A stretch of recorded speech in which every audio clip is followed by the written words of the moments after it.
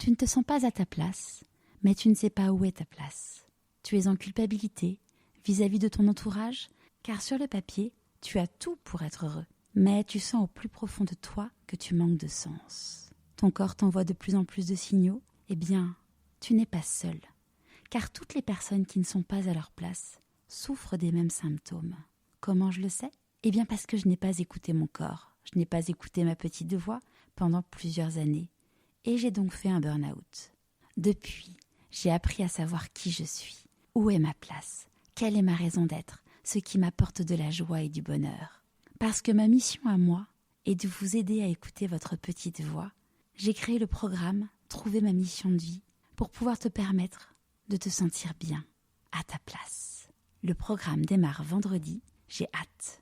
Il te reste quelques heures pour bénéficier du tarif de lancement, alors n'attends pas plus longtemps. Tous les détails sur pourquoipasmoi.co. J'ai vraiment répondu à la question et si la peur n'existait pas, qu'est-ce que je ferais ?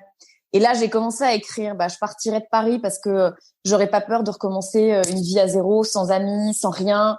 Je monterais ma boîte parce que j'aurais pas peur potentiellement de me planter. Et en fait, j'ai fait une liste.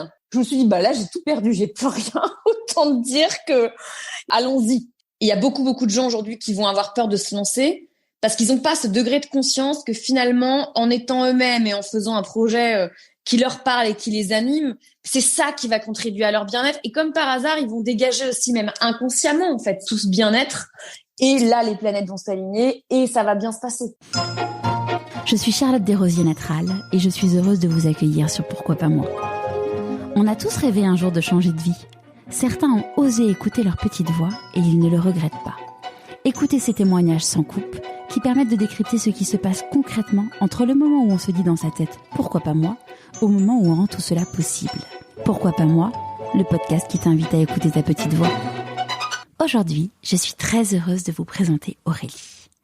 Je la connais depuis l'adolescence, nous n'avons jamais été très proches, mais nous nous suivons depuis maintenant plus de 20 ans, et d'autant plus depuis que nous avons toutes les deux initié un virage total dans nos vies. Aurélie fait clairement partie des personnes que j'admire pour sa résilience. Nous sommes à la veille du lancement du programme Trouver sa mission de vie et écouter sa petite voix. Un immense merci pour l'accueil que vous lui avez réservé et à ceux qui m'ont fait confiance en s'inscrivant. J'ouvre la petite parenthèse traditionnelle. Si le podcast te plaît, n'hésite pas à en parler autour de toi et à t'abonner sur ta plateforme d'écoute préférée en mettant 5 étoiles et un commentaire sur Apple Podcast. Pour moi, à chaque fois, c'est un immense plaisir. Revenons-en à Aurélie. Aurélie a fait une école de commerce et passé 10 années en marketing chez Winamax. Passionnée de pâtisserie et adorant les défis, elle a été demi-finaliste du concours du meilleur pâtissier. Un jour, elle s'est demandé qu'est-ce qu'elle ferait si elle n'avait plus peur. La réponse a été de quitter Paris pour vivre à Bordeaux et créer Endorphine Kitchen. Je vous souhaite la bienvenue dans l'univers d'Aurélie Calt. Bonjour Aurélie. Bonjour Charlotte. Est-ce que tu pourrais nous parler de l'objet que tu as choisi pour te présenter, s'il te plaît ? Alors, j'ai choisi une balance parce que je trouvais cet objet super symbolique à tout niveau. La balance, pour moi, c'est l'objet que mes clients détestent, qui va leur faire passer une très mauvaise journée s'ils ont 1 kilo de plus sur la balance ou une excellente journée. Donc, c'est absolument terrifiant. C'est une balance à titre personnel, moi, qui m'a gâché 10 ans de ma vie. Et c'est aussi un produit qui représente aujourd'hui l'équilibre de vie. Et j'ai créé Endorphine justement en me disant que l'équilibre de vie, c'était un ensemble de choses. Donc, cet objet, c'est vraiment... en plus, elle est belle, cette balance. C'est vraiment le symbole de ma vie d'avant, de la vie de mes clients aujourd'hui et de l'équilibre aujourd'hui que j'ai trouvé en changeant de boulot. Et puis, si tu peux me permettre, il y a aussi la balance en pâtisserie. Ah oui, j'ai oublié ça. Oui, effectivement, la balance en pâtisserie qui est un petit peu une de mes grandes passions. Donc, la balance en pâtisserie, évidemment, tu as tout à fait raison. Ouais. Surtout qu'en plus, en pâtisserie, c'est pas comme la cuisine, c'est vraiment au gramme près. Au gramme près. J'aime beaucoup ce côté un peu psychorigide de la balance au gramme près, en tout cas pour la pâtisserie, pas pour le poids. Ouais. Est-ce que tu peux nous raconter où est-ce que tu as grandi, où est-ce que tu es née ? Alors, je suis née à Paris, j'ai grandi à Neuilly-sur-Seine. Avec une sœur jumelle et un petit frère, où je peux dire, sans avoir honte, avoir eu une enfance heureuse et équilibrée. jusqu'à 15 ans, les premiers problèmes de poids, on va dire. Voilà. Et avant qu'on parle des 15 ans, les problèmes de poids, t'étais quoi comme type de petite fille? Il fallait qu'on me remarque, il fallait qu'on me regarde, parce que je pense, avec un peu de recul, qu'en ayant une sœur jumelle, le temps que les parents peuvent accorder est divisé par deux, ce qui est logique. Ouais. Et c'est vrai que j'ai toujours eu ce tempérament de regardez-moi, j'existe. Ouais. Et c'est vrai que je le vois aujourd'hui dans ma vie. Avec ma sœur, on est complètement différentes. Mes défauts sont ses qualités et ses qualités sont ses défauts. C'est assez marrant. Ouais, puis ce qui est rigolo, c'est qu'il y a une blonde et une brune, quoi. C'est pas. Voilà. Bon, elle est un peu plus châtain mais c'est vrai que petite, elle était blonde, et moi j'étais très brune. Elle avait la peau claire, elle avait la peau très mate. On était déjà très différentes. Et j'ai forcé ce trait même à l'école où j'étais très mauvaise à l'école. Elle était très très bonne à l'école. Et c'est vrai quand on s'est séparés au bac, je suis devenue, j'ai eu un niveau tout à fait respectable. Donc c'est vrai que la comparaison, c'est arrêté à ce moment-là. Ouais, après, tu disais que tu étais pas bonne élève, mais bon, toutes ces circonstances gardées. Oui, mais c'est pour qu'on s'occupe de moi, je pense, tu vois. Voilà. Non, et puis dans le sens où finalement, t'as fait un bac généraliste. Oui, je fais un bac ES. Ouais. Mais bon, dans les enfin, c'est ce qu'on disait avant de brancher le micro, c'est que être mauvaise élève dans un collège lycée privé à Neuilly, c'est pas être un mauvais élève en fait. C'est clair. Bon, après, j'ai pas vraiment aimé l'école jusqu'au bac, je t'avoue, mais ça a été plutôt rentrer dans un cadre, faire ce qu'on me dit. C'était pas vraiment ma tasse de thé, quoi. Et c'était quoi tes activités, tes passe-temps quand t'étais petite? Écoute, je me souviens avoir été un peu virée de la classe de danse classique parce que j'étais trop dissipée. Tennis, j'ai été virée parce qu'en gros j'étais trop mauvaise. Donc je me suis on devait être au même club de tennis alors, parce que moi aussi je me suis fait virer. Et premier traumatisme d'ailleurs de vie, c'est quand on m'a dit bah là tu vas aller au cours de tennis des petits avec des mini filets. Et ça je dis c'est pas possible. Donc je suis partie. Donc déjà premier rejet dans ma vie, ça a été terrible.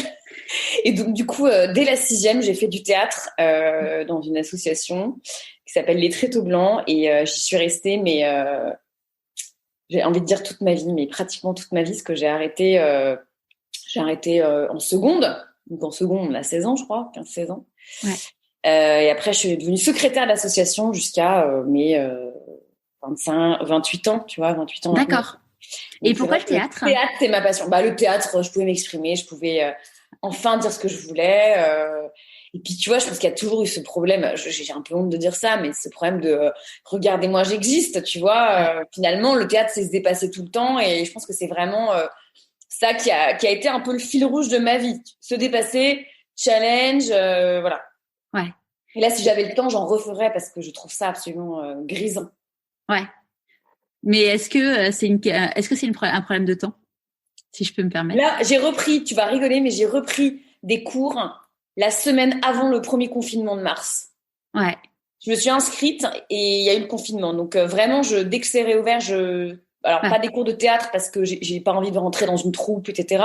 Mais des cours d'improvisation. Ouais. Je me dis, j'ai jamais fait, j'ai vachement envie d'essayer. Et quand tu étais petite, tu disais, quand je serai grande, qu'est-ce que je ferai ? C'était quoi tes rêves ? J'adorais la cuisine déjà quand même.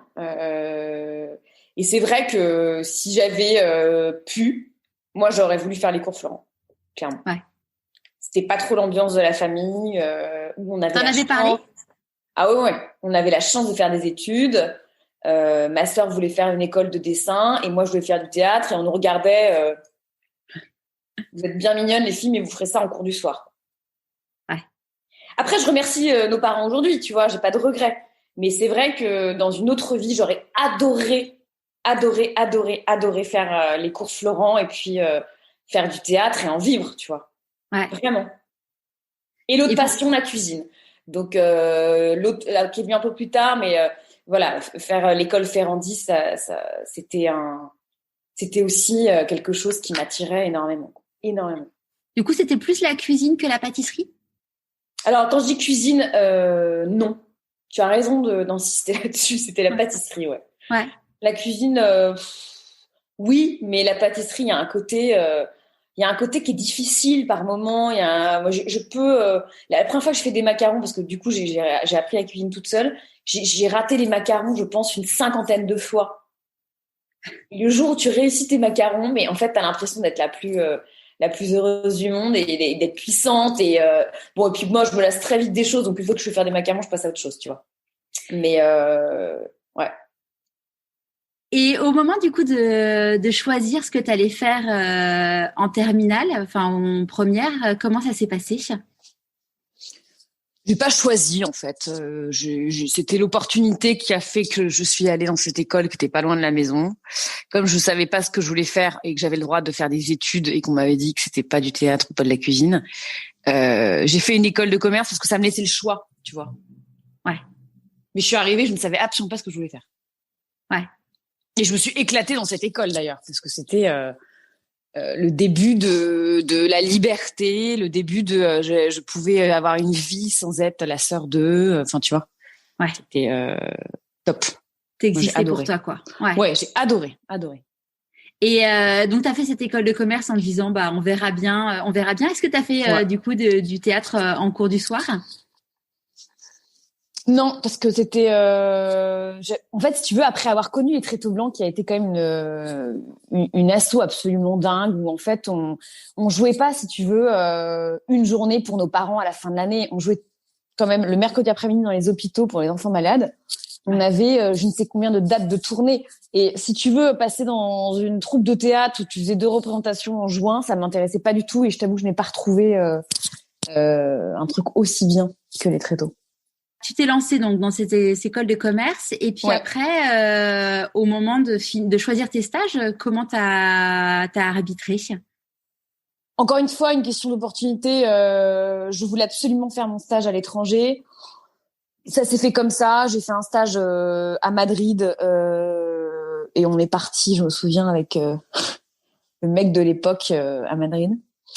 Et là, j'ai eu une première claque parce que dans mon petit cocon de Neuilly-sur-Seine, où je vais à l'école à pied, où je vais à l'école de commerce avec 2 stations de métro, la vie était simple.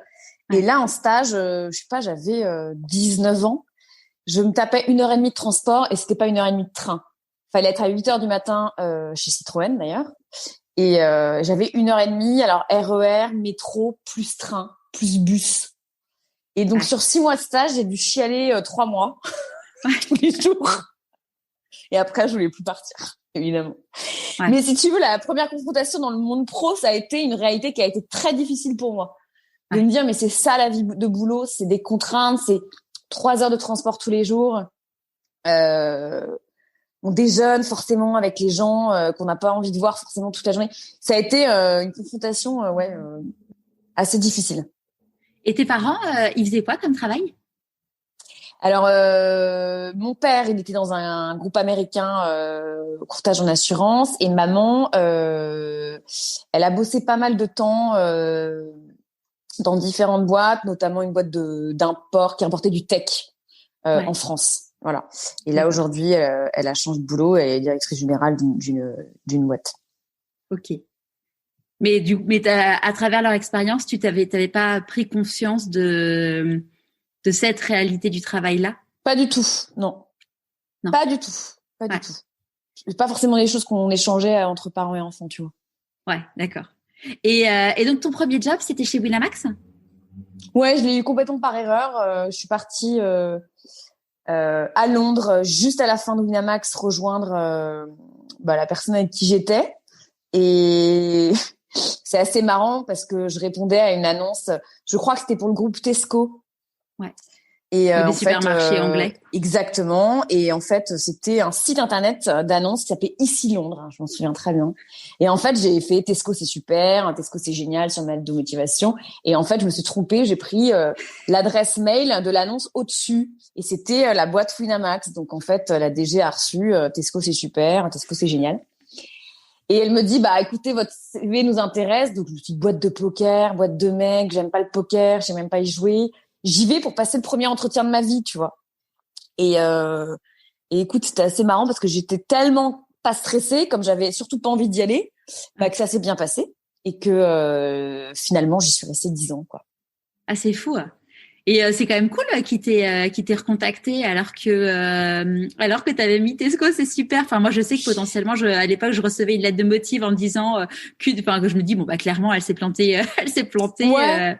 Mais finalement, tu vois, je me mets à sa place. Moi, si je recherche quelqu'un qui a ce profil-là, bah c'est du Ouais. temps de gagner. Tu vois, Oui, c'est clair. tu réponds. Bon bah. Et puis j'y suis allée et ça a été pareil. Les débuts ont été super super difficiles. Je parlais pas deux mots d'anglais. C'était une création de poste. Il y avait tout à faire. Chez Winamax, je crois que je suis arrivée, j'étais la 4e personne. Ouais. Aujourd'hui, ils sont, je sais pas, 170, 180. Il y avait tout à faire et c'était, avec du recul, génialissime comme expérience. Ouais. Mais je peux te dire que pendant 1 an et demi, j'en ai bavé. Ouais. Donc là, c'était basé du coup à Londres et tu faisais tu faisais du marketing, mais bon, dans une boîte avec 4 personnes, on imagine que tu faisais un peu plus que du marketing. En fait, il y avait tout à créer. Donc, il y avait le poker et puis il y avait une boutique à créer de A à Z. Donc, il fallait trouver des fournisseurs, alors notamment en Chine. Fallait créer une marque, fallait créer des produits dérivés. Donc, c'était sur le papier, tu vois, vraiment avec du recul, je me dis, mais quelle chance j'avais. Jamais j'aurais eu cette chance-là en France. Tu viens de naître quand tu sors d'école de commerce. Ouais. Finalement, tu vois. Et c'est vrai que là, ils m'ont donné une chance incroyable, hein. Ouais. Clairement. Puis une boîte qu'avec des... Finalement, après, il y a eu... c'était une boîte qu'avec des mecs, ça forge aussi un peu ton caractère, hein. Ouais. Alors, en même temps, peut-être que c'était ta façon aussi à toi d'avoir ta place et d'être différente et d'être dans la sûrement. lumière. Sûrement. Mais c'était une expérience de dingue parce que tu vois, d'une mini start-up à la réussite qu'on connaît de Wina aujourd'hui, c'est quand même une chance géniale. Et je suis très contente, tu vois, d'avoir été en CDI pendant autant de temps et de monter ma boîte après. Je pense que t'apprends quand même beaucoup dans la relation fournisseur, non, la relation avec les autres. C'est vraiment une chance d'avoir quand même bossé avant. Ouais. Mon père, il m'a dit un jour, parce que lui, il a monté sa boîte quand j'étais toute petite, et moi, j'ai toujours dit que je voulais monter ma boîte un jour. Et il m'a dit, tu sais quoi, t'apprends chez les autres, tu fais les conneries chez les autres, et puis après, tu montes ta boîte. Énorme. Bah, je trouve ça extrêmement juste. Ouais. Extrêmement juste, ouais, clairement. Et donc Winamax, donc pendant Winamax, t'as commencé à pâtisser de plus en plus. Alors c'est quand je suis rentrée en France. Je suis restée 3 ans à Londres et après 7 ans en France chez Winamax. Et c'est vrai que quand je suis rentrée en France, j'ai pris un appartement, j'ai acheté du matériel de pâtisserie et surtout j'ai ouvert un blog de cuisine. Juste avant qu'on parle de ton blog, pourquoi t'es partie de Londres? Parce que la boîte rentrait en France. Parce que c'était une boîte française. C'était une boîte. Si tu veux, c'était une boîte à Londres, mais on rentrait pour attaquer le marché français. D'accord, ok. Donc, il y a une partie de l'équipe qui est rentrée en France et du coup, moi, je suis rentrée en France.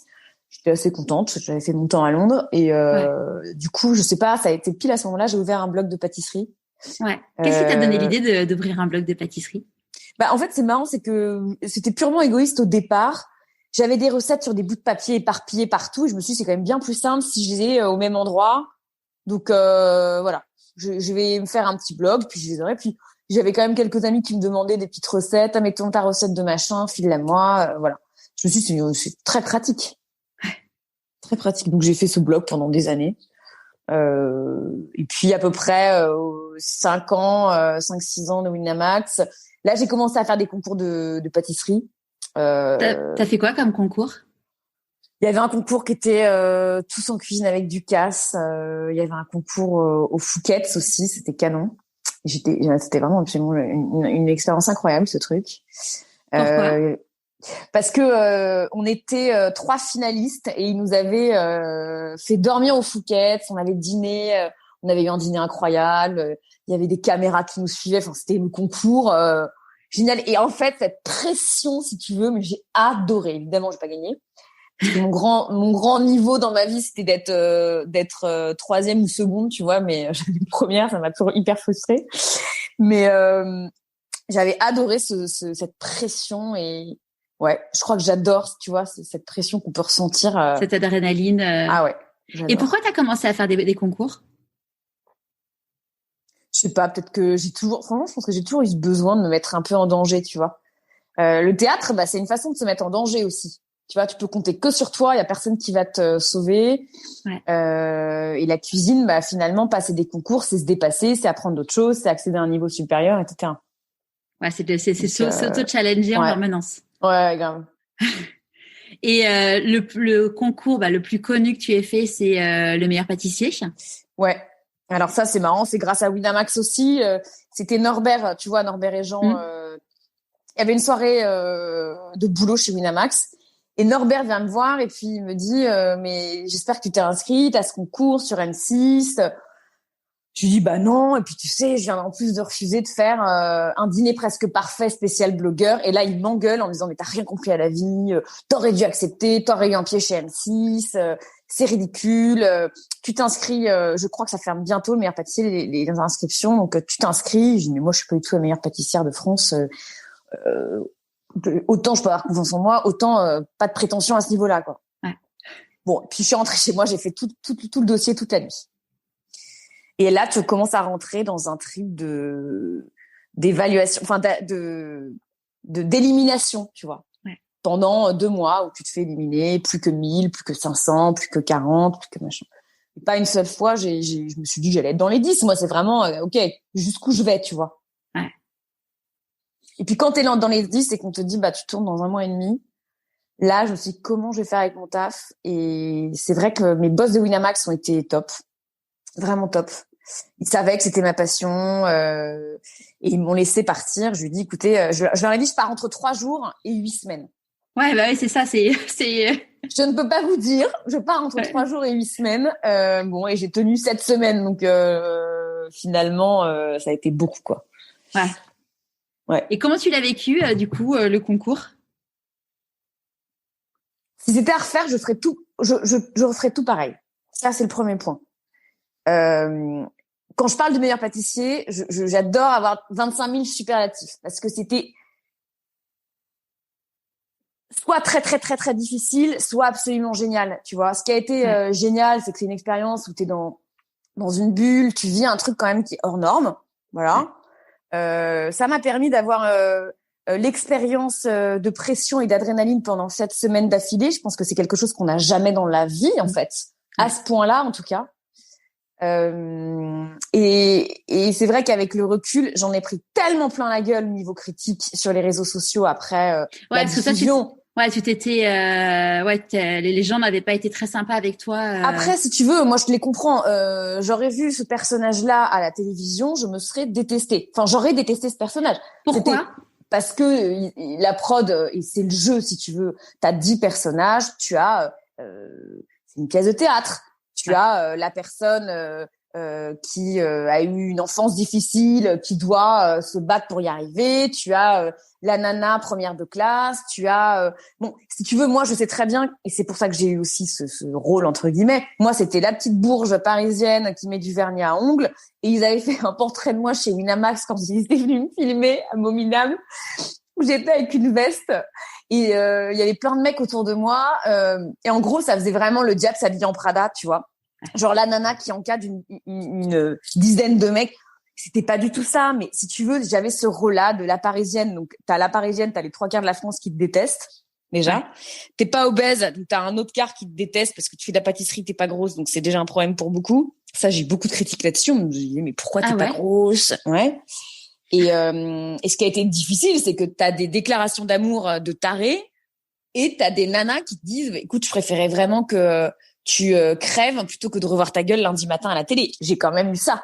C'est hallucinant. Et là, je me suis dit, soit je vais voir un psy, soit j'écris mon blog, en fait, les coulisses de chaque émission. Et ce qui me frustrait, c'était finalement la façon dont c'était monté. Ça reflétait pas la réalité. On a l'impression dans cette émission que je disais putain merde fais chier H24. C'est vrai que je disais putain merde fais chier de temps en temps, mais pas H24 si tu veux. Ouais, ils ont grossi les traits, c'est une caricature. Après, encore une fois, c'est le jeu de la télé, il faut l'accepter, tu vois. Ouais. Mais du coup, moi, ma thérapie, je l'ai faite toute seule en écrivant sur mon blog comment c'était vraiment passé chaque tournage. Et après, finalement, ça m'a vachement renforcée. Je vais pas te dire que tu m'insultes et tu me fais des critiques, ça me fait rien, mais je pense que j'ai une carapace aujourd'hui que j'avais pas avant, clairement, ouais. Et que ça m'a clairement fait grandir, tu vois. Ouais, c'est une école de la vie intense.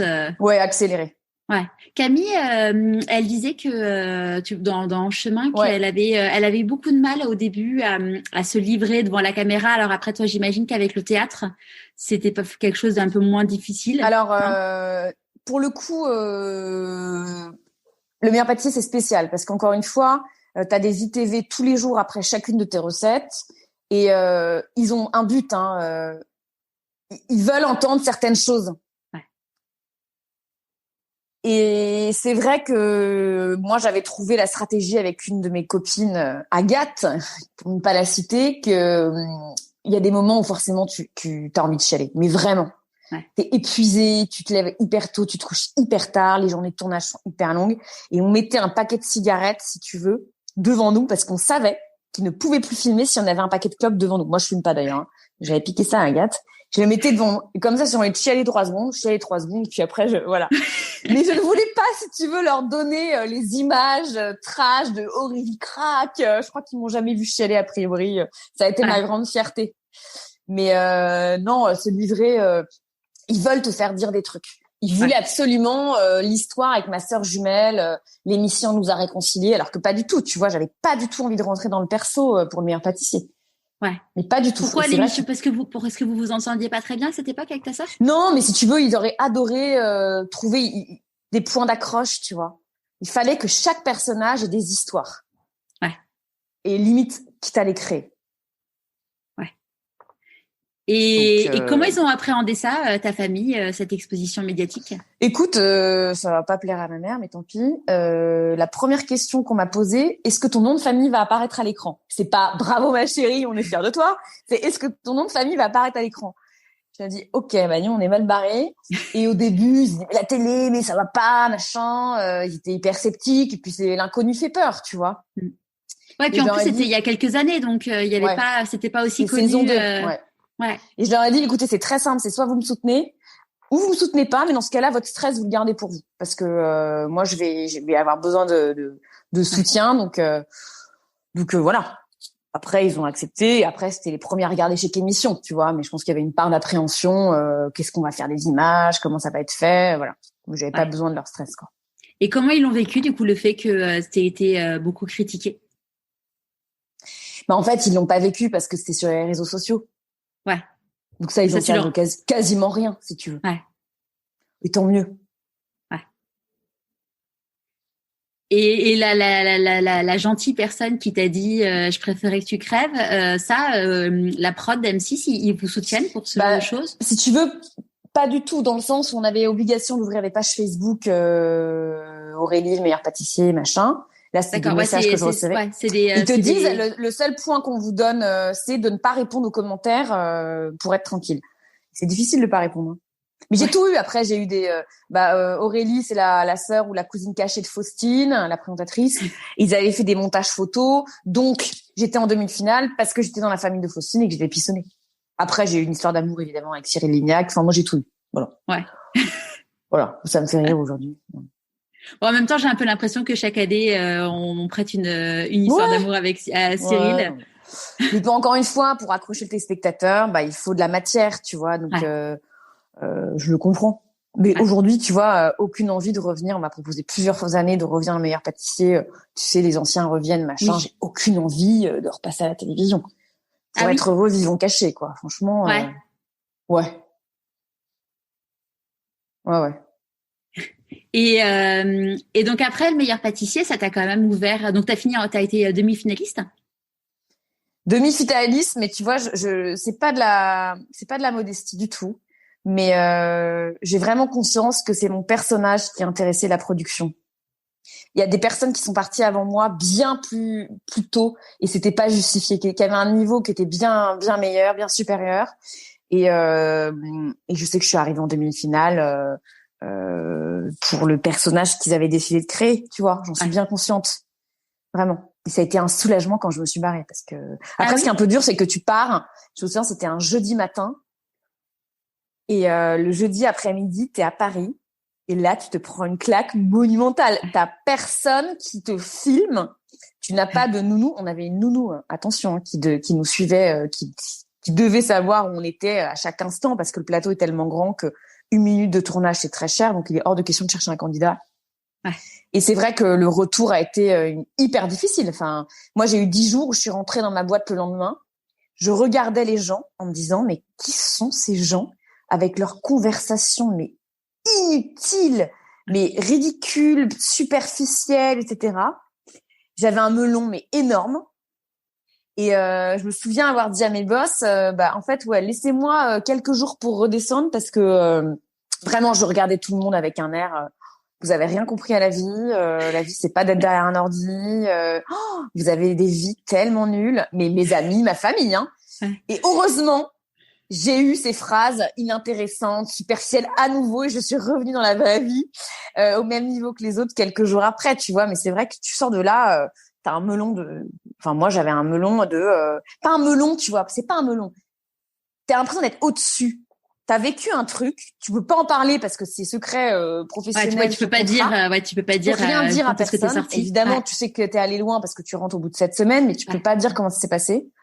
Et franchement, t'es déconnecté de la planète Terre, vraiment. Ouais. Vraiment, ça a été hyper dur. Ça a été mon premier déclic en me disant, je vais pas passer ma vie derrière un ordinateur. Premier déclic de changement de vie, ça a été celui-là, tu vois, en me disant. Ouais. Là, franchement, c'est bien beau. Oui, je suis bien payée. Oui, j'aime ma boîte. Oui, j'aime mes petits collègues. Mais la vie, est-ce que c'est vraiment ça, tu vois? Ouais. Je trouvais ça très fade. Et financièrement, comment t'as fait pour parce que t'es pas payé le meilleur pâtissier te Si, paye pas.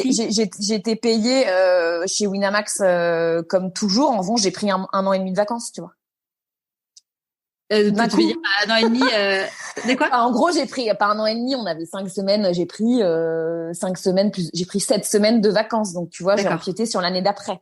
Ouais, donc après, t'avais plus de vacances. Non, ça a été sympathique. Bah ouais, parce que tu dis t'as quand même ton rapport au travail qui change et après tu te prends pas de vacances. Ouais. Non, puis après tu fais de la pâtisserie toute la journée, te retrouver derrière les tableaux Excel te semble tellement étrange.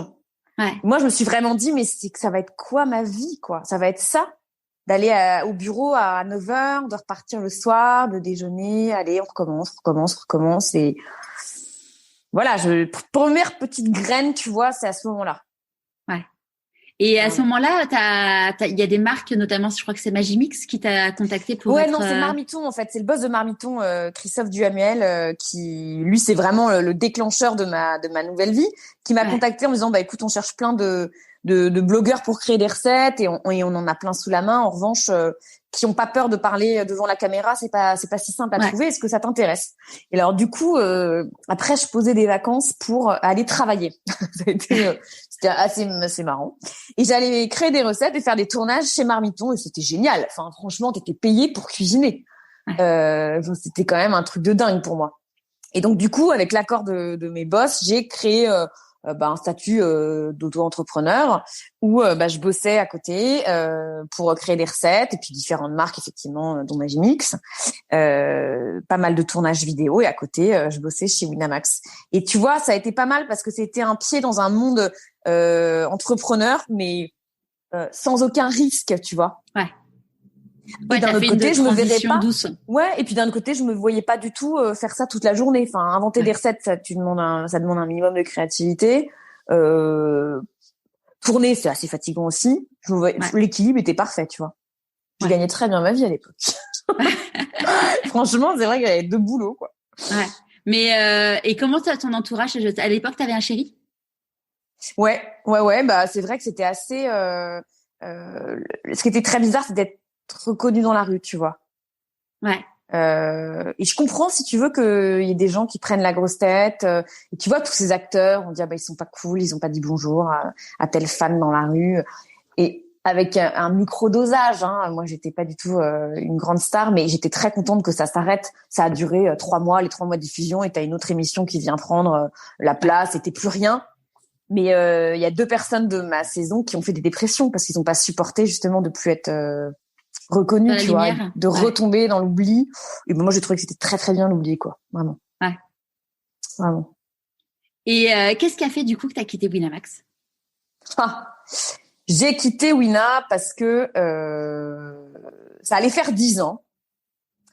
Et je me suis dit, si je passe la 10e année, je vais rempiler pour 10 ans. Genre, on sort tiré avec des cheveux blancs, c'est pas possible. J'avais quand même vraiment envie, de plus en plus envie de monter une boîte ou de m'associer, etc. Et en fait, ça s'est fait encore une fois hyper naturellement. C'est que j'ai rencontré un producteur de quinoa qui était péruvien et qui habitait en France et qui m'a proposé en fait qu'on s'associe pour monter une boîte, etc. Donc, j'ai quitté Winamax le 31 mai, et je suis partie 15 jours après au Pérou, 3 semaines. Et j'allais m'occuper de sa com et de son marketing, donc c'était absolument génial. Et ça, la vie est bien faite parce que, tu vois, ça c'était en juin. Juillet, août, les vacances, on va dire. Et puis fin septembre, début octobre, là, il y a mon monde qui s'écroule, tu vois. Pourquoi mon monde qui s'écroule parce qu'il y a eu le décès d'une de mes excellentes amies, mes parents qui explosent en plein vol, séparation avec le mec avec qui j'étais, donc je me retrouve avec, tu vois, aucun pilier stable. Le boulot, j'avais quitté Winamax, familialement cata, amicalement dévastée, amoureusement dévastée. Oh, l'horreur. Je me dis, mais en fait, là, qu'est-ce qui reste, tu vois? Ouais. Et j'étais extrêmement mal et je me suis dit, mais en fait, là, soit je prends des antidépresseurs, soit je fais autre chose d'intelligent, mais je voyais pas, en fait. Je me suis dit, c'est pas possible. Et ce qui est génial, c'est que, je sais pas, la vie, encore une fois, est bien faite, mais on m'a proposé un jour de faire une séance de méditation. Et puis, j'ai découvert le MBSR et je me suis fait une formation de ça. Et en fait, ça a été ma boîte d'antidépresseurs, quoi. J'ai fait une formation de méditation poussée et c'était une révélation pour moi, vraiment. Une révélation. J'ai oublié quand même de dire un point hyper important, c'est que quitter mes Winamax, il y a eu un point qui a été aussi l'élément déclencheur, c'était le licenciement de mon père. Ouais. J'ai oublié d'en parler, mais ça a été le vrai point, en fait. Pourquoi je voulais à tout prix quitter mon cocon, c'est parce que moi, j'ai vu mon père tout donner pour son taf pendant des années, beaucoup de sacrifices, etc. Et puis, il virait tous les mecs de 60 ans à peu près. Donc, ça a été la descente aux enfers totale.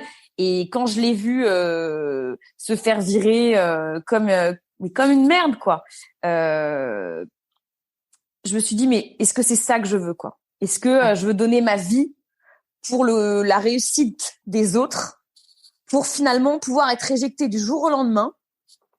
Ça a été un vrai déclic, tu vois. Je te l'ai pas dit tout à l'heure, mais en fait, quand je réfléchis, c'est ça. Le vrai déclic, c'est hors de question qu'un jour, je puisse subir la même chose. Ouais. Parce que ça a contribué à plein de choses négatives après dans ma famille, si tu veux. Donc moi, j'ai vu après la chute et d'être acteur aussi de sa vie professionnelle. Ben en fait, c'était être proactif pour moi sur son bonheur, tu vois. Ouais. Et ça a été très compliqué quand je lui ai dit que je partais de chez Winamax, alors que lui, il aurait rêvé garder un CDI. Et il me dit, mais t'as un CDI, t'es bien payé dans une boîte géniale, et toi, tu te casses. Je dis, alors là, franchement, oui, je me casse, je l'assume. Et encore une fois, c'est vous me soutenez, et c'est OK, ou vous me soutenez pas, et on n'en parle pas. Mais ça a été très compliqué à gérer, je pense, pour lui. Ouais, forcément, parce que t'as envie de protéger tes enfants, mais en effet, t'as pris la situation et tu l'as regardé avec un prisme que lui ne pouvait pas forcément voir à ce moment-là. Bien sûr. Ouais. Et puis moi il y avait pas de truc très concret en face, donc il me dit mais pour faire quoi ça c'est le grand truc, hein. C'est quoi ton projet? Voilà, parce que si tu veux, donc désolée pour l'enchaînement, mais c'est vrai que après donc j'ai cette formation méditation et là j'ai un déclic en me disant donc là je suis en train de m'associer avec un mec pour refaire du marketing en fait. Je lui dis mais c'est pas ça que je veux faire, le marketing je sais faire. Bon. Et là j'ai pas signé. Et je me suis dit, OK, je vais monter ma boîte. Et là, ça a été une évidence pour moi que c'était autour de l'alimentation, sujet qui me passionne. Et j'ai créé Endorphin Kitchen, la méthode que j'aurais voulu trouver à l'époque quand j'avais des problèmes d'obsession alimentaire, tu vois. Ouais, justement, du coup, je t'avais coupé tout à l'heure. Tu disais que t'as eu des problèmes alimentaires à partir de 15 ans. Ouais. Écoute, les problèmes alimentaires, ça a vraiment gâché ma vie pendant 10 ans, tu vois. 10 ans où j'étais obsédée de grossir, fallait pas mettre de gras, de sucre, de machin. C'était la cata. Et finalement, quand j'ai commencé à ouvrir mon blog de cuisine, bah, c'est ça qui m'a sauvé la vie parce que je cuisinais du beurre, du sucre. Tu vois, ça m'a réappris à vraiment intégrer des aliments qui étaient interdits et à avoir une alimentation un peu plus équilibrée. Et puis du coup, voilà, à me détacher de ces problèmes progressivement. Et tu sais d'où c'est venu le fait que Alors c'est horrible parce que vraiment, ce serait dégueulasse de dire c'est à cause de ma mère. C'est à cause forcément, j'imagine, d'un ensemble de choses, d'un mal-être à 15 ans, de la comparaison avec ma jumelle qui était super gaulée, première de classe, peut-être aussi. Je me souviens d'une phrase quand même de ma mère qui m'avait dit à 15 ans, je pesais 50 kilos, elle m'avait dit, mais tu sais, à ce rythme-là, si tu prends 1 kilo par an, dans 10 ans, tu pèses 60 kilos, et dans 20 ans, t'en pèses 70. Et en fait, ça m'avait vachement marqué, tu vois. Ouais. Donc, je vais pas dire que c'est à cause de ma mère qui faisait de son mieux et qui donnait les conseils qu'elle estimait bons. Je pense que c'est un ensemble de choses. Ouais. Un ensemble de choses. Et aujourd'hui, le poids du coup n'est plus un sujet. Ah non. Non, heureusement que c'est plus un sujet parce que ce serait dramatique si tu veux d'en avoir fait mon métier et d'essayer de régler mon problème à travers mes clients, tu vois. Ouais. Donc heureusement que c'est plus un sujet et c'est pour ça que moi je me sens très légitime de faire ce que je fais aujourd'hui, c'est qu'en fait je sais ce que c'est que de se voir dans la glace et de se voir grosse, quoi, alors qu'on l'est pas. Donc, si tu veux, je pense que j'ai une empathie et une compréhension pour les autres parce que aussi je l'ai vécu, tu vois. Ouais. Ouais, et puis on dit souvent que on veut éviter aux autres ce qui nous a fait souffrir et qu'on est forcément beaucoup plus légitime quand on a vécu cette chose-là pour pouvoir aider ceux qui le traversent. Exactement. Et puis tu vois, moi c'est vraiment endorphine, c'est encore une fois la méthode que j'aurais voulu trouver à l'époque. Je trouve que tout est segmenté en France. On va voir un psy ou un nutritionniste, un coach sportif et tout ça, mais tu peux pas régler des problèmes alimentaires avec un seul domaine, tu vois. Ouais. Et je pense que le problème il est toujours global. Pourquoi est-ce que tu bouffes par compulsion? C'est que forcément tu as des problèmes avec tes émotions que tu n'arrives pas à gérer. Donc si tu te focuses juste sur manger 100 grammes de poisson blanc, mais que tu règles pas ton problème en fait qui est la cause, tu tournes en rond et en fait tu t'en sors pas. Donc voilà. Et quand t'as lancé cette boîte, c'était donc en 2017, fin 2017. Ouais, 2017. Attends. Non, 2010, je sais plus. Sur LinkedIn, c'est 2017, décembre 2017. Ouais. Alors en fait, ça s'est pas fait comme ça, hein. Ouais, oui, c'est ce que j'allais dire. C'est pas un beau jour, j'ai créé une boîte, bonjour, je m'appelle Aurélie, ça va? Non, pas du tout, ça s'est pas du tout fait comme ça. J'ai tout quitté, je me suis barrée à Bordeaux, parce qu'encore une fois, quand j'ai eu cette prise de conscience de je m'associe pas, je monte mon truc, c'est parce que j'ai vraiment répondu à la question, et si la peur n'existait pas, bah, qu'est-ce que je ferais? Et là, j'ai commencé à écrire, bah, je partirais de Paris parce que j'aurais pas peur de recommencer une vie à zéro, sans amis, sans rien. Voilà, j'achèterais un appart parce que j'aurais pas peur d'être endettée. Je monterais ma boîte parce que j'aurais pas peur potentiellement de me planter. Je reprendrais des études parce que j'aurais pas peur de repasser des examens. Et en fait, j'ai fait une liste. Je me suis dit, bah là, j'ai tout perdu, j'ai plus rien. Autant te dire que allons-y, tu vois. Donc, je suis partie à Bordeaux, j'ai repris des études. Bordeaux, j'avais acheté un petit appartement quelques années avant pour investir, et puis c'est près de la mer, et puis si tu veux, c'était une ville en province que je connaissais parce que j'allais très souvent voir des amis, quelques amis que j'avais là. Donc puis surtout quand je suis arrivée à Bordeaux, j'ai clairement décidé que ma vie se passerait bien et que tout irait, tu vois. Ouais. Vraiment, mais je pense que toutes les cellules de mon corps étaient imprégnées de cette idée que tout va bien se passer. Et tout s'est bien passé, tu vois. Je suis arrivée à Bordeaux, je suis rentrée dans un incubateur parce que j'ai gagné un concours par hasard. Enfin, tout s'est hyper bien enchaîné. L'alignement des planètes. Ouais, c'était super. Après, je suis rentrée chez Bouge ta boîte, un groupe d'entrepreneurs femmes top. J'ai rencontré des nanas super. Et finalement, beaucoup plus simple de tisser son réseau à Bordeaux qu'à Paris. Alors, je vais te dire, c'est un peu débile ce que je dis, parce qu'à Paris, j'ai pas essayé de le tisser. Mais en tout cas, à Bordeaux, je trouve que la vie est simple pour ça, que tu peux rencontrer les gens facilement. Moi, je trouve ça absolument génial. Moi, je suis hyper heureuse d'avoir fait ce changement de vie, même si c'était hyper difficile au début. Je veux pas faire...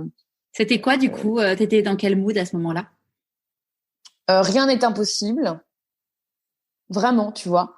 J'avais un jour sur deux, je me remettais en question, évidemment. Un jour sur deux, je me dis, mais qu'est-ce que tu proposes? Mais en fait, c'est pas comme si tu veux devenir ostéopathe ou c'est un métier qui est connu, on n'en parle pas, on remet pas en question tes compétences, t'as fait tes études.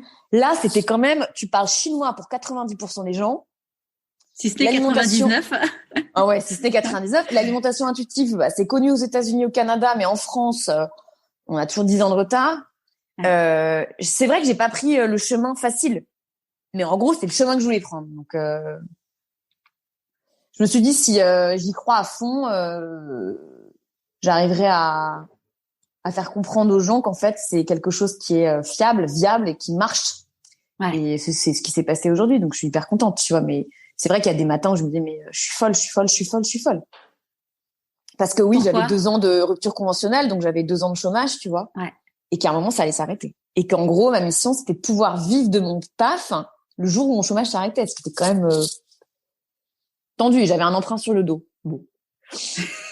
Ma sœur m'a quand même dit, t'es complètement folle, tu ne peux pas partir, t'as un emprunt sur le dos, machin. Et je lui dis, encore une fois, je dis, mais ça, ce sont tes peurs. Ouais. Même si au fond de moi, je vais pas te dire que j'avais pas peur et que je dormais bien la nuit. C'est pas vrai. Après, c'est bien pour ça que tout le monde le fait pas. Si c'était si simple, ouais. Tout le monde le ferait. Et au bout de combien de temps t'as pu te payer? Eh ben, écoute, l'objectif que je me suis fixé, c'était parfaitement atteint. À la fin de mon chômage, j'ai pu me payer et en vif, tu vois. Et je voulais pas, tu vois, c'était il y a 1 an pile. Il y a 1 an pile, il y a 1 an et demi, pardon. Et en fait, je me suis dit catastrophe. Si je demandais de l'argent à mes parents, pour moi, ça aurait été un échec total, tu vois. Total. Ouais. C'était la fin du monde pour moi. Si je devais dire, c'était un aveu d'échec, tu vois. Ouais. Voilà, c'est la fierté qui. Ouais, je suis contente, ouais. D'ailleurs, ça me fait penser à France, que tu connais, qui vit à Bordeaux aussi. Et France, elle disait que quand elle s'est lancée en tant que kinésiologue, jamais elle aurait imaginé demander de la thune à ses parents. Et puis maintenant qu'elle est reconnue, qu'elle commence à gagner des sous, et que ses parents comprennent vraiment ce qu'elle fait. Alors aujourd'hui, elle en a pas besoin parce qu'elle a encore le chômage, mais elle dit si à la fin de son chômage, elle a besoin un peu d'aide. Et, elle me disait que elle se sentirait légitime cette fois-ci, tu vois, d'aller voir ses parents. Forcément, t'évolues différemment. Et aujourd'hui, tu vois, si c'était pas le cas, elle a raison, France, là-dessus. Je me dirais pas, je vais fermer la boîte et reprendre un CDI bien comme il faut, bien gentiment, alors qu'il me faut 6 mois de plus pour me payer. Et je suis complètement OK avec France là-dessus. Ouais, clairement. Et donc là, ça fait 3 ans donc que tu as ta boîte, donc ça fait 1 an que tu arrives à vivre de ton projet, donc c'est absolument génial. Tu as rencontré un nouveau chéri? Ouais, ça c'était dans les plans aussi de Bordeaux. Je me suis dit autant changer de vie à 100%. Donc là, on s'est mariés cet été et lui il me soutient à fond, donc ça c'est cool. Ouais. Il m'a jamais prise pour une folle. Même s'il comprenait, je pense, absolument rien de ce que je faisais au début. Et je pense qu'en fait, je m'exprimais mal, tu vois, que j'assumais pas forcément et peut-être que je le disais avec moins de conviction, avec des mots moins bien choisis, tu vois. Ouais. Donc, heureusement qu'il est là et heureusement qu'il a été et qu'il est, tu vois, un soutien parce qu'il y a des jours, au début, je me disais, mais putain, mais je sais pas si je vais y arriver, tu vois. Et puis peut-être que tu avais un peu un syndrome de l'imposteur aussi, sur le fait de mal formuler les choses. Non.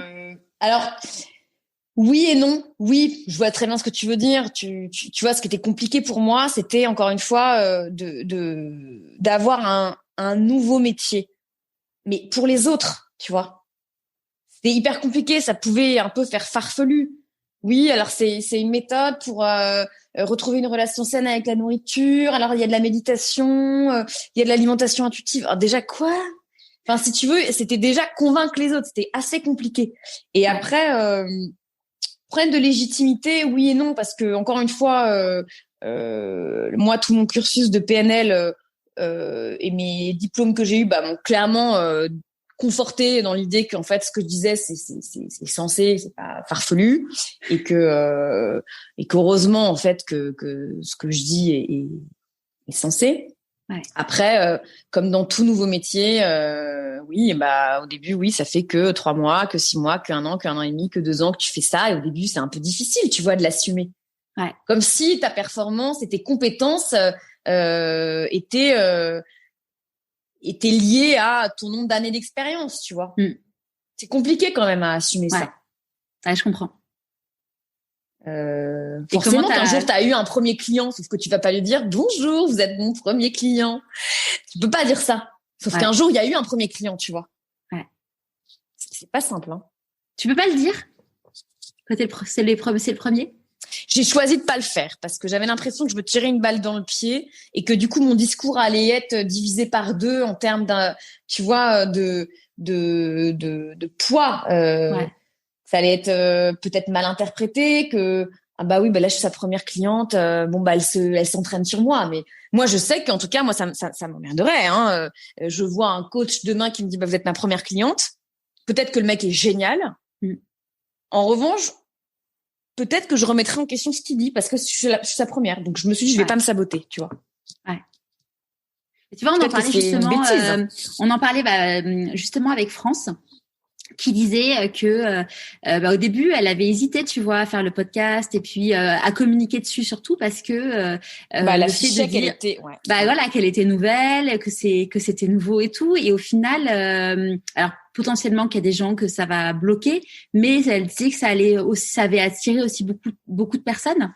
Parce que ça montrait que elle savait ce que c'était que la vraie vie de leur vie à eux. C'est ça. Enfin, je dis pas que les kinésiologues n'ont pas une vraie vie, hein, mais en tout cas plus de projection et de liens par rapport à leur vie à eux qui vivent en fait. Ouais, tout à fait.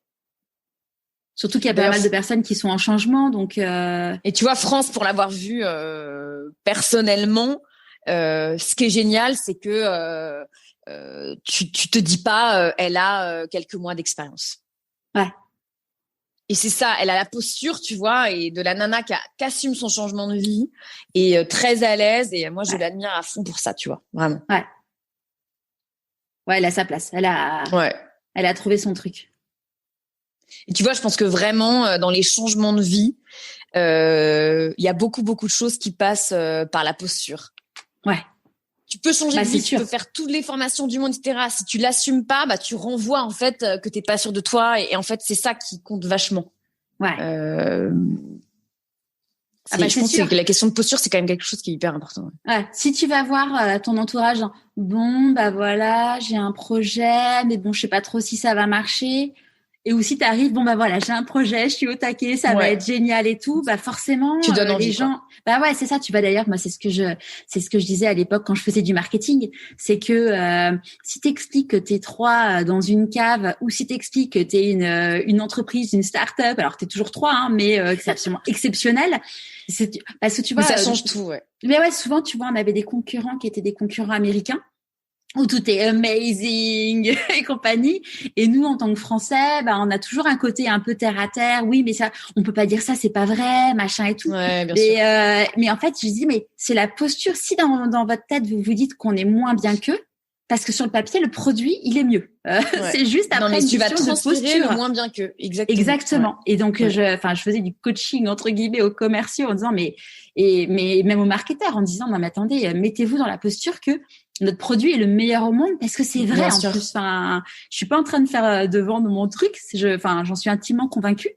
Et voilà la preuve. Mais, je veux dire, tu vois, pour moi, le meilleur exemple, c'est Salesforce. Salesforce qui est le leader mondial du CRM, et maintenant ils font beaucoup plus de choses. Mais Salesforce, c'est un cauchemar d'utilisation, ce truc. Mais c'est vraiment un cauchemar.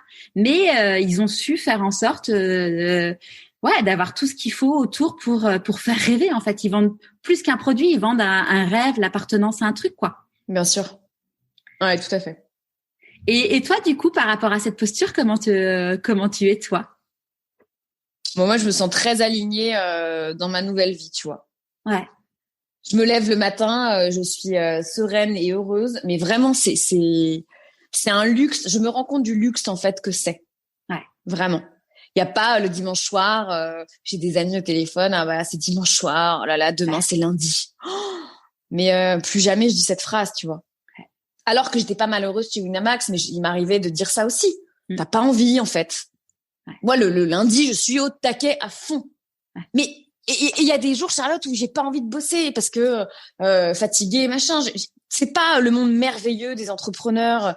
C'est juste que la globalité du temps, la majorité du temps, t'as quand même choisi ta vie et tu choisis aussi ton emploi du temps.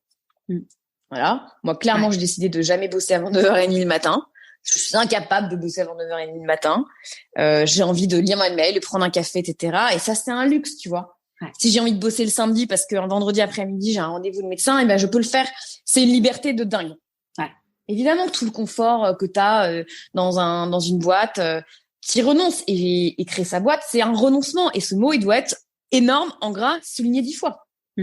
Tu renonces à ton train de vie d'avant. Faut pas se leurrer. Il va falloir quand même un petit peu de temps avant que je retrouve mon train de vie d'avant. Les vacances, c'est jamais vraiment des vacances. Tu vois? Ouais. Après, tu sais ce que t'as, tu sais ce que t'as plus et tu sais pourquoi t'as fait ces choix. Ouais. Mais tu vois, c'est marrant, j'en parle beaucoup avec ma sœur. Elle me dit, je serais incapable de faire ce que tu fais. Je lui dis, je serais incapable de faire ce que tu fais. Moi, une vie où en fait, on se met entre parenthèses la semaine pour pouvoir partir 4 fois par an en voyage, en vacances et tout ça, pour avoir des week-ends où c'est le week-end et il n'y a pas un mot de boulot. Je comprends que la majorité des gens soient attirés par ce modèle. Je remets pas ça en question. En revanche, moi, c'est pas possible. Ouais. Voilà. Ouais, le principal, c'est de savoir, enfin, tout ne convient pas à tout le monde et Voilà. La question, c'est qu'est-ce qui me convient à moi pour de vrai et se mettre en mouvement parce que comme tu disais, ton papa, oui, il avait la sécurité de l'emploi, mais sauf qu'en fait, à 60 ans, c'était fini, quoi. Bien sûr. Et puis c'est aussi, tu vois, on dit tout le temps vivre. J'aime pas cette phrase et en même temps elle est très juste. Mais vivre ici et maintenant, c'est quand même important. Tu vois, je pense que le décès de ma pote, ça m'a fait aussi prendre conscience que on peut faire des projets. Allez, je gagne plein de fric aujourd'hui pour demain faire ça, ça, ça et ça. Mais en fait, tout peut s'arrêter demain aussi. Ouais. Donc ça a contribué clairement à me décider à me dire mais est-ce que t'as pas envie finalement de contribuer à ton bonheur chaque jour plutôt que de faire des plans sur la comète qui peut-être n'arriveront jamais parce que regarde le Covid cette année, tu vois. C'est clair. Qui avait prévu ça? Personne. Ouais. Donc c'est sûr que il faut accepter de renoncer à en premier temps à beaucoup de confort. Tu vois, faut quand même le dire. Bah, surtout qu'en plus, c'est pas comme si t'étais en couple à l'époque où enfin là, tu ne dépendais que de toi, quoi. Ouais. Là, tu vois, en fait, je me dis pas, il faut que ça marche. Je suis intimement convaincue qu'en fait, c'est lancé et ça va marcher encore plus, tu vois. Enfin, c'est pas de la prétention, mais j'en suis intimement convaincue parce que je sais que ça répond à un vrai besoin des gens aujourd'hui. Ouais. Dire combien il y a de personnes qui ont des kilos qui les rendent pas vraiment heureux, tu vois. Ça touche un max de personnes, ça. Ouais, ça c'est sûr. Ouais. Donc ouais. C'est quoi pour toi la réussite? La réussite, c'est un équilibre de vie, tu vois, entre ta vie pro et ta vie perso. Demain, j'ai des enfants. Ma réussite, ce sera de pouvoir aller les chercher à l'école 2-3 jours par semaine, tu vois. Voilà, c'est vraiment un équilibre de vie où t'as pas l'impression de passer à côté d'une vie et de l'autre. Ouais. Premier point. Et deuxième point, c'est faire quelque chose où tu te dis mais tu vois, on parle du sentiment d'utilité dans beaucoup de reconversions professionnelles, mais c'est vrai. Je suis désolée. Moi, je me dis je contribue quelque part dans la vie des gens à améliorer un aspect de leur vie. Tu vois, c'est hyper valorisant. Ouais, c'est hyper valorisant. Et ça te pousse, ça te porte. Moi, quand je reçois des textos, tu vois, j'ai reçu un texto à Noël d'une cliente qui m'a dit que je devrais être remboursée par la sécurité sociale, nanana. Mais en fait, ça, à ce moment-là, tu m'aurais filé un chèque de 300 000 balles. J'aurais préféré avoir le texto que ce chèque, tu vois. Parce que t'es nourri de ça, tu vois. T'es nourri des résultats de tes clients, t'es nourri des changements et des progressions. Et c'est ça qui qui est absolument génial, tu vois. Ouais. Mes objectifs en début d'année, c'est moi qui me les fixe, c'est pas quelqu'un d'autre. Et c'est vrai que d'être vraiment acteur à 500% de sa vie, bah ça c'est la réussite, je trouve, pour moi. Ouais. Et tu disais au début de l'épisode qu'un de tes rêves, ça aurait été de faire les cours Florent, de faire du théâtre. Donc là, tu disais que tu allais te mettre à l'impro pour pouvoir du coup avoir cette partie-là dans ta vie aussi. Ouais, clairement. Je pense que je suis déjà inscrite, mais dès que ça réouvre, j'irai parce que tu vois l'équilibre aussi d'une vie, c'est pas que bosser ou que s'occuper de sa famille. Finalement, quand t'es super équilibré dans ta tête, c'est que t'as ta part de folie qui peut s'exprimer aussi. Et moi, j'en ai une bonne part de folie, donc elle dort depuis trop longtemps. Ouais. Qu'est-ce que tu penses que la petite Aurélie de 6 ans dirait si elle te voyait aujourd'hui? Bah finalement, tu vois, je repense à ces petits coups. À 6 ans, c'est énorme d'être virée du tennis ou de la danse classique. C'est de me dire que ma revanche, je l'ai eue, quoi. Ouais. De me dire que finalement, tes coups dans la figure, ça te permet vachement d'avancer parce que c'est peut-être ça qui m'a donné aussi ce tempérament de challenge, de me battre, d'avoir besoin, tu vois, d'être challengé en permanence. Ouais, peut-être si tu me permets de te battre pour les bonnes choses, parce qu'en soi, le tennis, si t'avais vraiment voulu, on était dans le même club de tennis et en gros, moi aussi, je me suis fait virer parce que j'avais cours le mercredi après-midi à 18h, que c'était pas couvert, qu'il pleuvait et donc dès que je pouvais essayer de pas y aller, j'y allais pas et puis en plus, voilà, ça me saoulait, mais je pense que à ce niveau-là, c'est pas parce que t'es pas Amélie Mauresmo qu'on te vire, c'est juste parce que tu corresponds pas à leurs critères. Mais tu vois, c'est ça, c'est une question de rentrer dans les cases. T'as raison de dire ça. C'est une question, tu rentres pas dans les cases, out. Tu vois, c'est le lien avec mon père, c'est le lien avec le tennis, c'est le lien avec la danse. T'es pas assez nain, tu dégages. Et en fait, c'est moi qui vais vous donner le cadre et c'est comme ça que ça va se passer. Moi, c'est ça que ça m'apprend aujourd'hui. Ouais. Tu dis, c'est quand même fou quand même de faire ça à un enfant de 6 ans. Enfin, c'est... Pardon. Tu t'en étouffes. Ouais. Non, mais après, peut-être qu'ils avaient des critères et que, effectivement, je devais pas rentrer dans les critères. Peut-être que j'étais très mauvaise. Enfin, il y a un moment, on peut pas être... Non, mais je crois que le sujet, de mémoire, le sujet, c'était que, en fait, il y avait tellement de demandes que du coup, ils disaient, en gros, il faut... les bons, quoi. C'est ça, comme au lycée où il y avait la moitié de la promo de 3e qui était virée parce que ça allait pas être bon pour les stats du bac. Hein. Ah je vais pas rentrer dans les bonnes stats, moi, ça c'est sûr. Mais je suis contente d'avoir cette conversation de tennis parce que j'en ai jamais parlé à personne, Charlotte. Je suis très contente d'avoir fait j'en suis ravie avec toi. On a vécu la même chose. Clairement. On va faire un podcast. Je me suis fait virer à 6 ans de mon club de tennis. C'est ça. Gros traumatisme. Ouais, non, mais on en rigole, mais ça fait partie des blessures de l'enfance. C'est le premier, tu vois, dont je me souviens. On en a parlé un peu tout à l'heure, mais je vais quand même te reposer la question. Qui dit choix dit renoncement. Quels sont du coup tes renoncements à toi? Financier, numéro 1. Ouais. Si tu veux, quand je partais, moi j'avais Winamax plus mes tournages. Donc c'était quand même une vie très très facile. Ouais. Renoncement financier, c'est sûr. T'as arrêté du coup avec les tournages en parallèle? Non, j'ai continué après un petit peu. Ouais. Et t'as le deuxième renoncement, c'est finalement de te faire d'être porté par un boss, tu vois. Quelque part, c'est chiant, c'est pénible, je dois, mais quelque part, c'est un luxe aussi.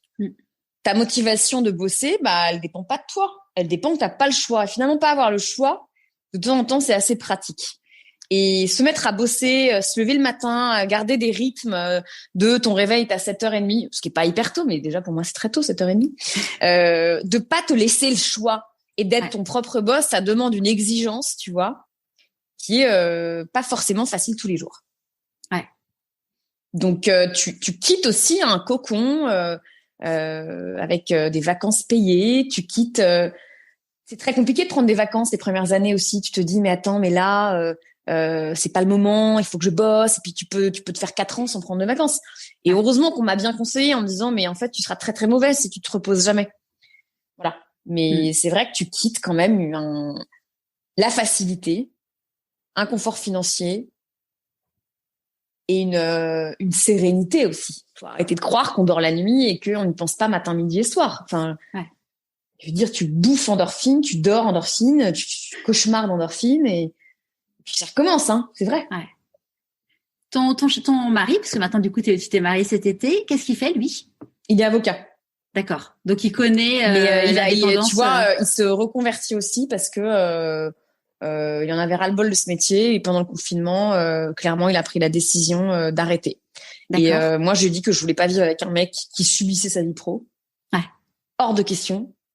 Et que ça serait pas facile dans un premier temps, mais en fait, encore une fois, on n'a qu'une vie et moi, je veux pas être à côté de quelqu'un qui a l'opposé de ma vision, c'est-à-dire juste pour gagner du fric, alors on se lève le matin, hors de question. Et c'est ce qu'il veut faire? Bah, ça restera, si tu veux, avec ses compétences de droit, mais en tout cas dans un milieu complètement différent. Et c'est sûr que cette décision, je sais pas si je peux pas parler à sa place. Je sais pas s'il l'aurait prise si on n'était pas ensemble, tu vois. Ouais, si t'avais pas été j'en sais rien, moteur de ta vie. On a eu cette conversation de la vie, c'est pas que le fric, tu vois. Ouais. C'est fou, tu vois, de voir, en effet, clairement, hein, quand t'as une personne dans ton entourage qui prend sa vie en main, forcément, ça fait réfléchir d'autres personnes et c'est chouette parce que tu te dis, finalement, c'est un éveil des consciences de se dire que on a le droit de se poser la question, de se dire, je suis pas heureux au moment où, je suis pas heureux et satisfait de la journée que j'ai passée et qu'en fait, celle de demain, ça va être la même et celle d'après-demain aussi. Terrible, et que qu'à n'importe quel âge, dans n'importe quelle situation, tu vois, j'ai échangé avec une jeune femme parce qu'elle a, je pense qu'elle doit avoir 20 ans, qui me disait que là, elle vient de commencer une école de commerce et que en fait, qu'elle se rend compte que non, ça le fait pas du tout, ça la fait chier, elle est pas à sa place et tout. Et elle me dit c'est hyper difficile, mais je lui dis tu sais, finalement, à chaque âge, en fait, on va se dire voilà, mais j'ai un gros salaire, donc je peux pas quitter mon job. En fait, des excuses. Et on s'en trouvera en fait à chaque âge. Ouais, il y a toujours un truc. Après, il y aura l'emprunt. Après, il y aura les enfants. Après, il y aura autre chose. Il y aura toujours une bonne raison, ça c'est sûr. C'est quoi les plus grandes peurs du coup que tu as dû affronter et comment tu les as affrontées? Première peur financière. Et en fait, je me suis rendu compte que encore une fois, c'est une question de choix. Oui, tu vas pas t'acheter de nouvelles fringues pendant un certain temps. Tu vas pas aller au resto et tu vas pas partir en voyage et tu vas limiter les plaisirs. Mais finalement, ces plaisirs-là, tu les retrouves dans ta vie concrète du quotidien en bossant pour un truc qui t'anime. Tu vois, donc l'équilibre, il se fait ici. Donc, au début, j'avais cette peur financière de comment vivre avec seulement euros, tu vois. Ouais. Et en fait, c'est très naturel. Tu te dis juste que tu sais pourquoi tu le fais. Tu sais pourquoi tu t'achètes pas une nouvelle robe Cézanne tous les mois pour te féliciter. Maintenant, tu vois, quand je dois me féliciter d'un nouveau point pour endorphine, et je vais justement dans mon magasin préféré que je trouve hors de prix, Cézanne. Ouais. Et je vais m'offrir une robe, une jupe. Et là, tu vois, ça a de la valeur parce que je sais que j'en suis privée pendant quelques temps. Ouais. Et ouais, tu renonces financièrement à beaucoup de choses. Ça, c'était une première peur. Deuxième peur,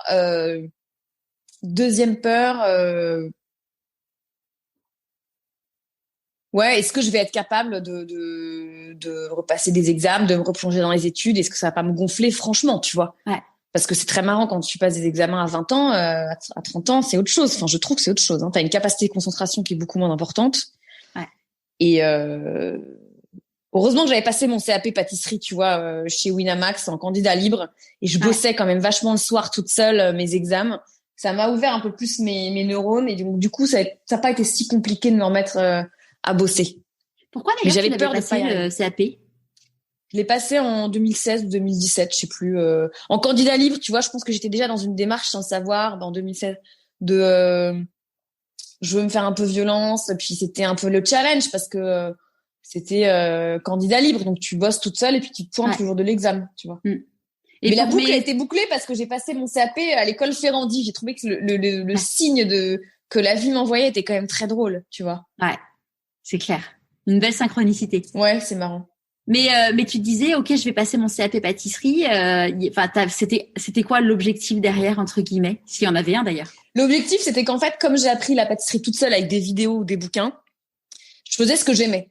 Et je me suis dit, la pâtisserie, pour être bonne en pâtisserie, c'est pouvoir créer, inventer. Et pour ça, il faut avoir dans sa tête une dose de base hyper solide. Et donc, du coup, passer ce CAP, c'était m'obliger à aller travailler des croissants, des pains au chocolat, la viennoiserie qui me saoulait au départ, et aller dans tous les registres, tu vois. Donc, c'était encore, est-ce que je suis capable de moi? Je crois que c'est mon grand truc dans ma vie. C'est capable ou pas capable, tu vois? Cap ou pas cap? Cap ou pas cap. Et là, tu vois, le cap ou pas cap de 2021, parce que je m'en fixe un par an, c'est cap ou pas cap de dupliquer la méthode Endorphine en entreprise, tu vois. Donc ça, c'est le projet 2021.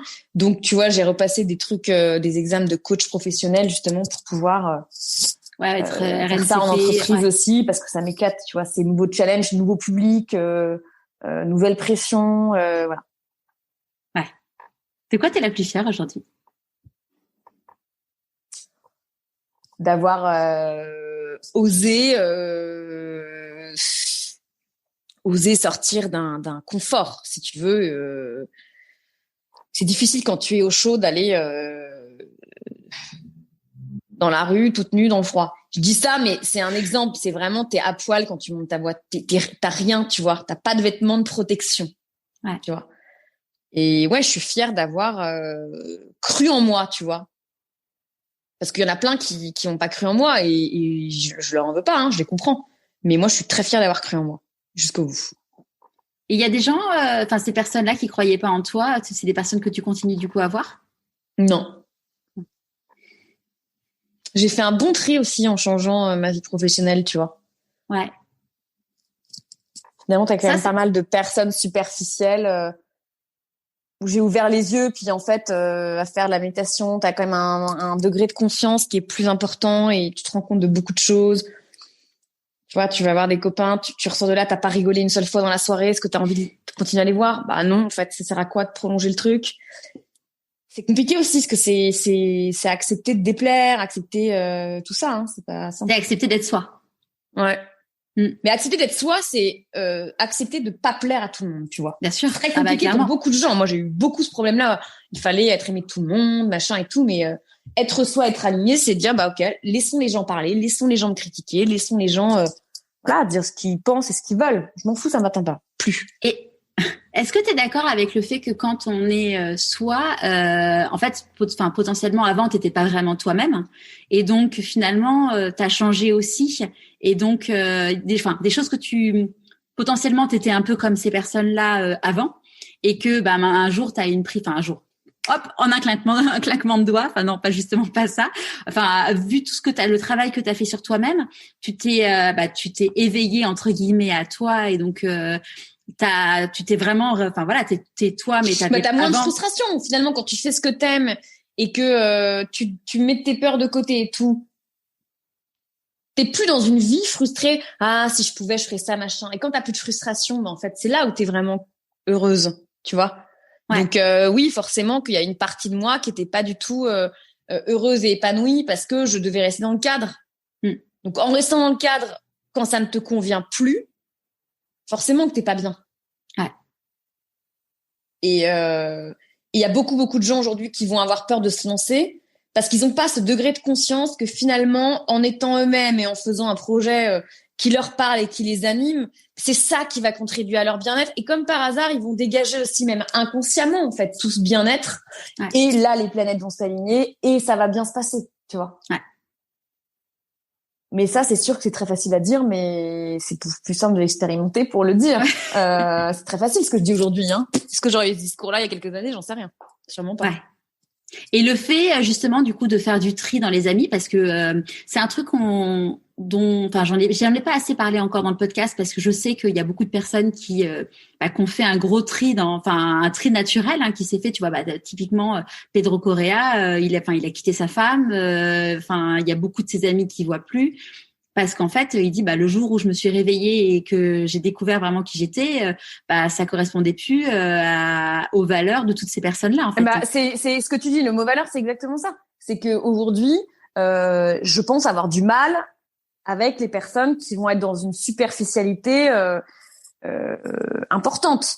J'ai beaucoup de mal. Ou en mode carte postale, ma vie est géniale, ma vie est parfaite, je ne montre aucune vague. Si tu veux, j'ai beaucoup de mal avec ça et je m'en éloigne. Et je sais que ça peut faire de la peine, mais c'est comme ça. Aujourd'hui, je suis plus du tout à l'aise avec ces personnes-là. J'avoue aussi avoir un peu moins de temps, donc tu fais le tri aussi. Le confinement, ça m'a fait prendre conscience que qui t'as vraiment envie de voir après des mois d'enfermement, qui t'as vraiment envie de voir. Moi, quand je rentre à Paris, je me dis qui j'ai vraiment envie de voir, tu vois. Ouais, c'est clair, finalement, quand tu changes de ville, quand tu changes de ville, ça te force à réfléchir à qui t'as vraiment envie de voir. C'est aussi accepter que il y a un âge où on avait besoin de définir sa valeur par le nombre d'amis que t'avais aussi, peut-être, tu vois, et qu'aujourd'hui, je pense que je sais un petit peu plus ma valeur et que j'ai pas besoin de me rassurer à travers le nombre de dîners que je peux avoir en semaine. Tu vois, finalement,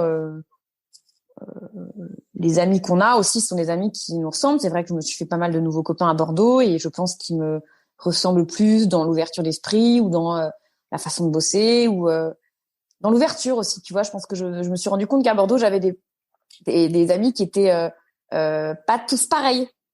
Ouais. Alors qu'à Paris, j'avais des amis qui étaient tous pareils et que j'aime, hein. Mais aujourd'hui, j'ai des amis à Bordeaux de tous les horizons, tu vois, et c'est ça qui est riche. Ouais. C'est clair. Ça qui rend heureux, en fait, tu vois, d'avoir des points de vue différents. Moi, j'adore ne pas être d'accord avec quelqu'un, tu vois. Ouais. Ça en fait pas en face une mauvaise personne et moi une bonne personne. Si tu croises quelqu'un dans la rue qui te dit, qui connaît pas ton histoire et qui voit que voilà, t'as monté sa boîte, ça marche bien, t'as été demi-finaliste meilleur pâtissier, qui te dit mais en fait Aurélie, t'en es là uniquement grâce à de la chance. Qu'est-ce que t'as envie de lui répondre? Alors absolument pas. Mais alors grâce à la chance. Non, ce mot chance, j'assume parfaitement de pas dire que c'est à cause de la chance parce que j'en ai chié. J'ai bossé comme une malade. J'ai fait 25 000 allers-retours à Paris pour mes formations parce que je voulais la meilleure école. Donc, je suis allée à Paris, on habitait à Bordeaux. Non, c'est pas de la chance, c'est du boulot. Non, c'est du boulot à 150%. La chance, tu te la donnes. Tu vois, la différence, c'est ça. Elle arrive pas, c'est tu te la donnes. Est-ce qu'il y a un conseil que tu aurais aimé qu'on te donne et du coup que tu voudrais donner aujourd'hui?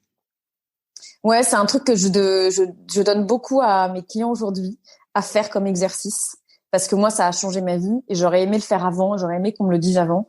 C'est vraiment si la peur n'existait pas, qu'est-ce que je ferais?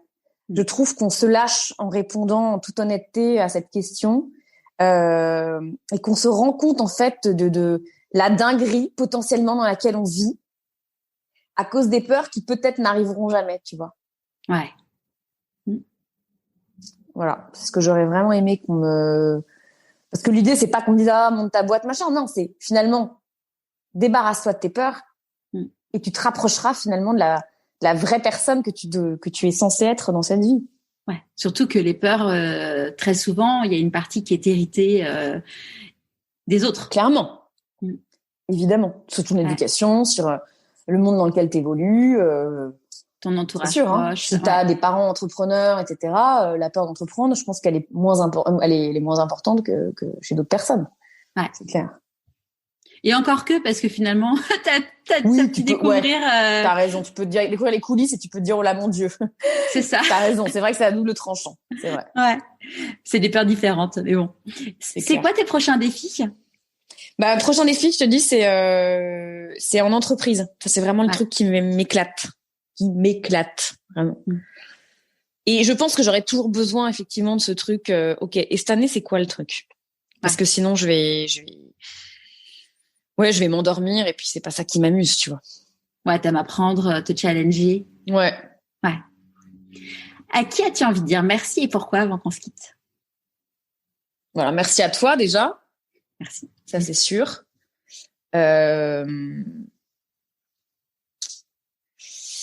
Allez, je vais dire merci à Alexia qui n'est plus là, mon amie qui est plus là, qui m'a vraiment fait prendre conscience que la vie pouvait s'arrêter demain. Je pense que tu vois, il y aurait pas eu son décès, est-ce que j'aurais mis plus de temps ou pas, je sais pas. Ce sont des décès a été brutal. Ouais. Très brutal. Et du coup, tu vois, je me dis que ça a été le truc dans ma vie inattendu, hyper violent. Je te dis, finalement, merci Alex, parce que grâce à toi, j'ai pris conscience de la valeur de la vie. Ouais. Voilà. Et il y a plein d'autres personnes que je pourrais remercier, tu vois. J'ai de la chance d'avoir un mentor génial qui s'appelle Gilbert, que j'ai envie de remercier. Ça fait un peu école des fans. Qui tu as envie de remercier? Oui. Est-ce que ta maman est dans le public? Ma boss d'IFPNL, Françoise Ducreux, tu vois, que j'adore, qui a été ma personne, une rencontre incroyable. Enfin, il y a plein de personnes comme ça qui ont été des tremplins pour ma vie, clairement. Et tu disais là que t'as un mentor, ça consiste en quoi? Alors ça, c'était justement quand j'étais dans l'incubateur, les premières Nouvelle-Aquitaine à Bordeaux. J'ai eu la chance de rentrer dans un programme de mentorat. Et Gilbert, si tu veux, c'est un pilier. C'est pas un coach, c'est un mentor. C'est-à-dire, on fait des points régulièrement. Lui m'aide à prendre du recul sur le boulot où moi j'ai la tête dans le guidon. C'est une personne que j'apprécie énormément pour son franc-parler, pour son ouverture d'esprit, pour ses conseils et la justesse, si tu veux, de ses mots. Vraiment. Ouais. Merci beaucoup Aurélie. Merci beaucoup Charlotte. Vraiment, merci 1000 fois. Avec grand plaisir. À très vite. À bientôt Charlotte. J'espère que cet épisode vous aura plu. Pour suivre Aurélie, comme d'habitude, je vous mets tous les liens sur le blog pourquoipasmoi.co et sur Instagram ou LinkedIn. La semaine prochaine, nous allons retrouver ma première invitée du podcast, Pénélope Boeuf. Si vous avez des questions à lui poser, envoyez-les-moi à charlotte@pourquoipasmoi.co. Je vous dis à demain pour la newsletter hebdomadaire et à jeudi prochain pour un nouvel épisode de Pourquoi pas moi.